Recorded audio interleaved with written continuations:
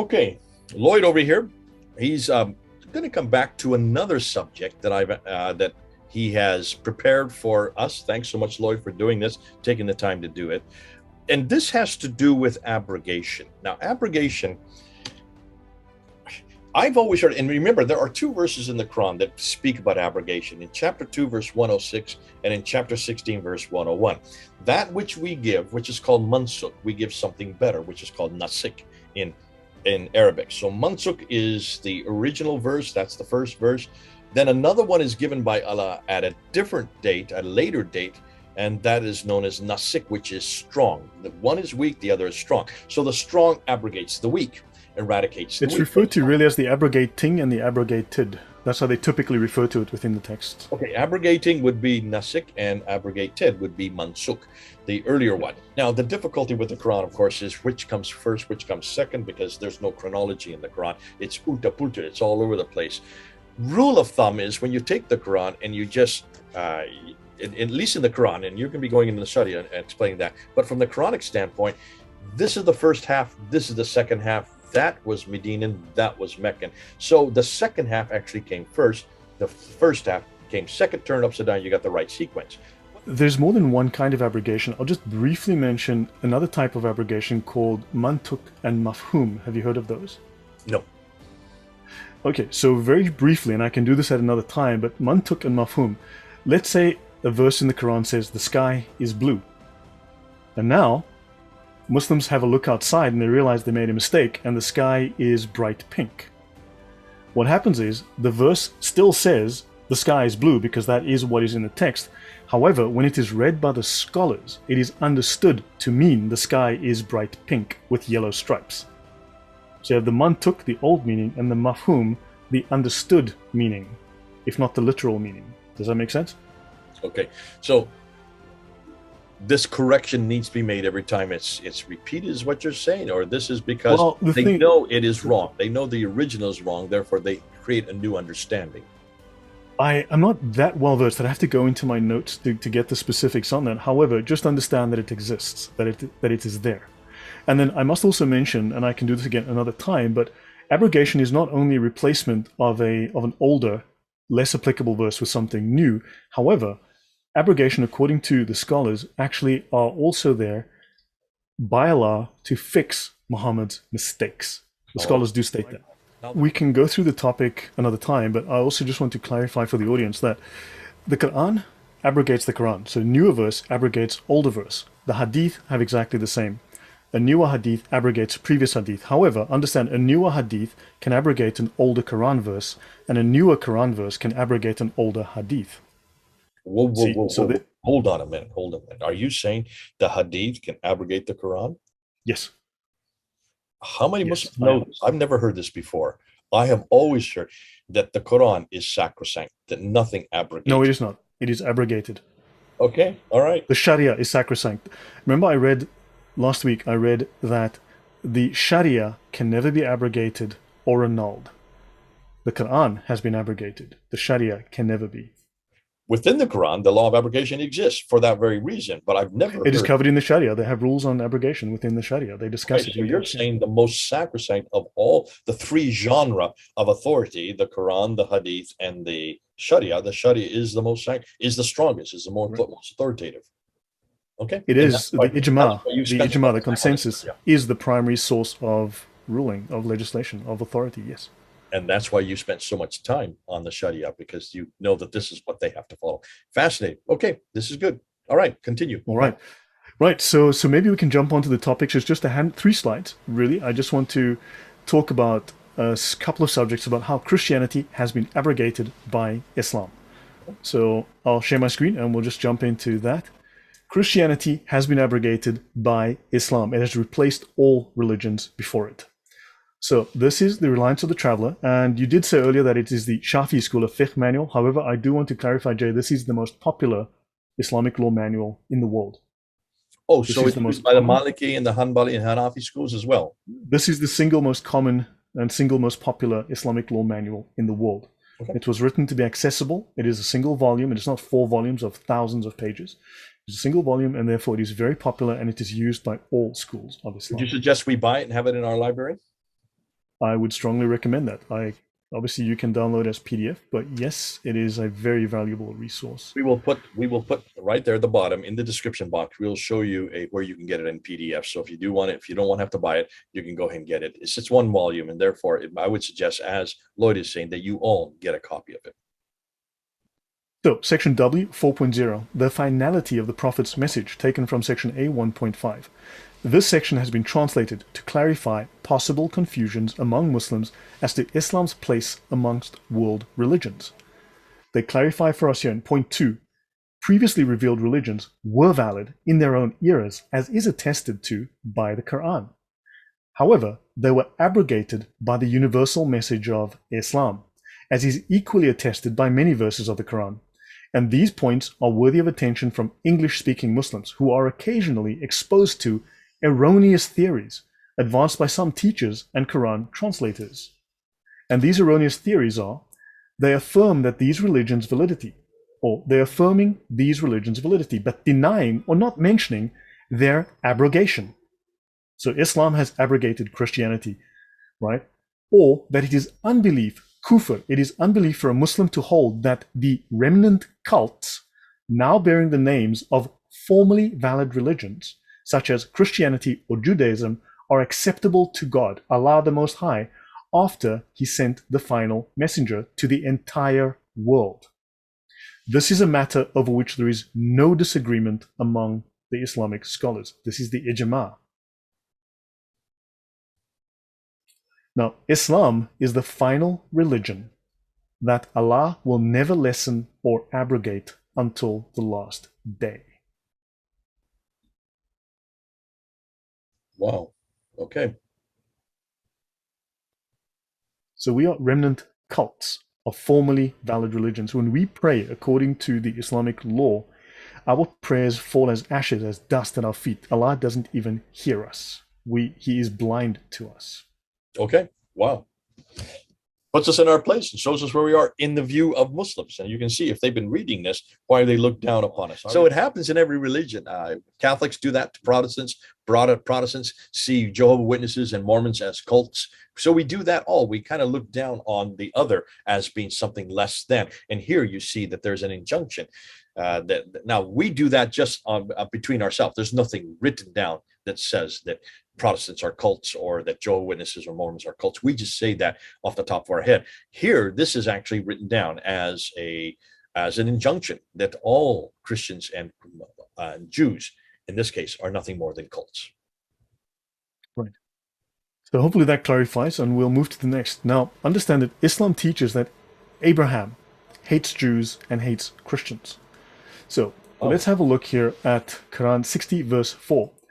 You have already had a fair example in Ibrahim and the ones with him, as they said to their people, surely we are completely quit of you, and whatever you worship apart from Allah, we disbelieve in you, and between you and us is enmity.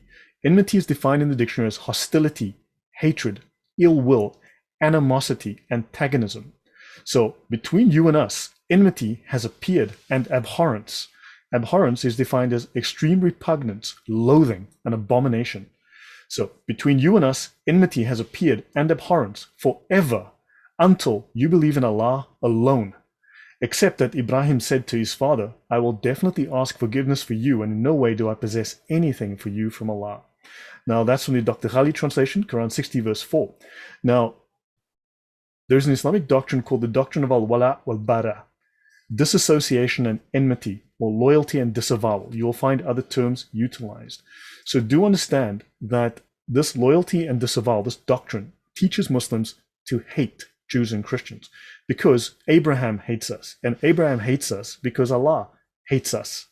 Allah is a God who hates, and therefore Muslims are required to follow the will of Allah and to follow the teaching of Abraham, and therefore they must hate us. So let's have a look in this text here. You have to know that after loving Allah and his messenger, and remember, Muhammad is perfect. You have to love Muhammad with all your heart, all your soul, all your mind, all your money, more than your father, more than your mother, more than your child, more than your life, more than your money, because Muhammad is perfect. He must be greater to you than anything else in your life, including yourself. After loving Allah and his messenger, Allah obligates us to hate those who oppose Allah and His Messenger, and to hate the people of Shirk, that is us. This obligation comes from the creed of Abraham, the creed we are ordered to follow. Goodness sakes. Wow. Go ahead. So this goes way beyond just Muslims hating Jews and Christians. Abraham hated Jews. Isn't that convenient when you get the man, they go back to the very man who started the whole thing, was given the covenant by God, and the covenant, which is very clear, that God gave him. So it's obvious that in the Bible, it's very clear that the covenant is with Isaac through Abraham, not with Ishmael. And here you're having Abraham desecrating or having animosity towards the very people that God has given him, the very people that comes from his progeny, and giving him, basically saying that he actually loves Ishmael, not Isaac, which is completely contradictory with what the Bible is saying. How are Muslims going to defend this when you can see that this is from 1900 BC? What they're talking about is, in this case, the reliance of the traveler is from 11. Is it what's the date for the reliance of the traveler? 14th century. I believe it's 14th century. Yeah, 14th century. In the 14th. Jeez. So you can see this is absolutely heinous, but continue on. Yeah. Just want to mention, notice here, those who died after spending their lives waging war against their appetite of soul were regarded as martyrs. Now, I'm not going to get into that, but understand, but those who tried to become good Muslims, to suppress their inner self, their conscience, as it were, their nafs, I'll get into that another time, these people are regarded as martyrs. Now notice, you're regarded as a martyr by trying to suppress your conscience, right? Even if you die in your own bed. Now remember, a jihadi dies as a martyr. However, if you die in your own bed, but you've been fighting against your conscience, you are a shahid who will be treated as if you had been killed fighting alongside the prophets. I'll stop sharing, but that's what I wanted to show you, that hating others is a service to Allah that has the same reward as jihad. The highest reward in Islam, to hate the non-Muslim and conceal that fact. Okay, this is God. Are you seeing now this idea of abrogation that we see in the Quran in chapter 2, verse 106 and chapter 16, verse 101, has been expanded beyond what the Quran intended. The Quran intended that this is just between the Medinan and the Meccan verses, to expand it to between Christians and Islam, or Jews and Islam, or anybody else and Islam, but particularly the people of the book, the Ahli Kitab, those of us who are Jews or Christians, we are to be abrogated because of the fact that Abraham, even as far back as Abraham, hated us. It turns everything we know on its head. It turns all of history on its head. It turns all of Revelation on its head. It pretty much says, don't trust the Bible, because the Bible is very clear that Abraham's lineage comes through Isaac, not through Ishmael, that Abraham loved Isaac, and it was through Isaac that God's covenant came through, his covenant. In Genesis chapter 17, verse 19 and 20, my covenant is with Isaac, not Ishmael. That whole covenantal history. And this is what Muslims need to ask. When you look at the Quran and look at all the prophets that are in the Quran, 25 prophets, 4 of them are names we don't know, 2 of them are Ishmael and Muhammad. The other 19 prophets are all in the line of Isaac. Obviously, even the Quran stipulates that the Isaac line is absolutely important. It is authoritative. It is so much stronger than that of Ishmael. Why then does this law of abrogation turn that on its head and say that Abraham hated that which all, in fact, he hated all those 19 prophets, is what it's saying? That to me is a contradiction. Muslims, are you following this? You can see the reliance of the traveler has got a problem here, because what it's showing me is the reliance of the reliance of the traveler has not read the Quran, and whoever wrote the reliance of the traveler did not understand their own Quran, did not understand the prophetic line, did not understand the covenant that God had with Abraham, and did not understand Abraham. I'll leave it for you Muslims to try to make sense of all that and try to come up with some type of response. I wouldn't know how to respond if I were a Muslim. But it's obviously now why this hatred towards Israel is so rampant all over the Muslim world. It's obvious now why this anti-Semitism is, I see it in almost every Muslim I meet, regardless if they even know a Jew, or regardless if they have anything to do with Israel. Many of my Muslim friends who come from Pakistan and India have never met a Jew, and they'll never see a Jew, and have nothing to do with Israel, yet they hate Jews. Why is it this visceral hatred? Well, I can see why now. They have been pretty much indoctrinated to do so because of this law, not only of abrogation, but because of all the other teachings they have. And we saw in even just in the last episode where we saw the Al-Qayyim making slander upon slander against Christians and Jews. When you grow up with that type of slander, when you grow up with that type of, I've heard this from Muslims all the time. They look at us as pig eaters and urinators all the time. Now I see where it comes from. It comes from variations of Ibn Qayyim and Ibn Taymiyyah's work is found in what they call the tarbiyah guides, the behavioral guides or manners guides. Those are what Muslim students learn in their madrasa. But in fact, you even have variants for young children as early as 5 who go to like their version of Islamic school, madrasa for like little kids.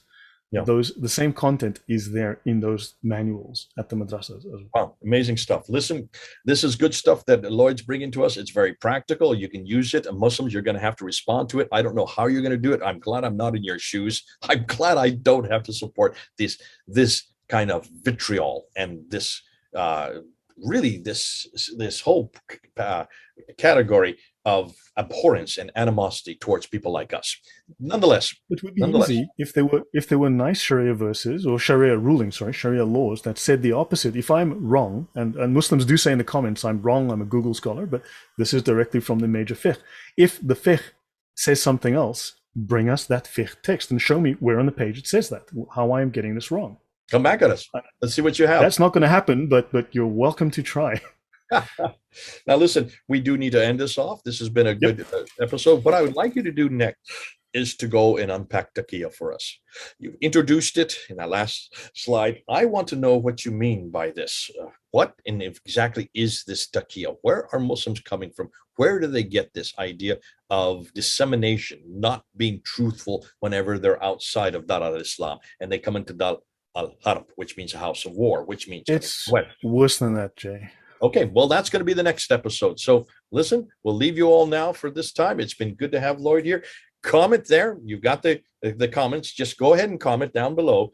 You have all kinds of chance to do that. Lloyd will be watching. He will be reading and he'll be responding. If we see some comments that need to be unpacked more and we need to actually explain them, we'll do that. And I'll bring Lloyd back to respond to your Q&As. Okay, this is Lloyd in Poland, myself here in the United States. Over and out. Bless.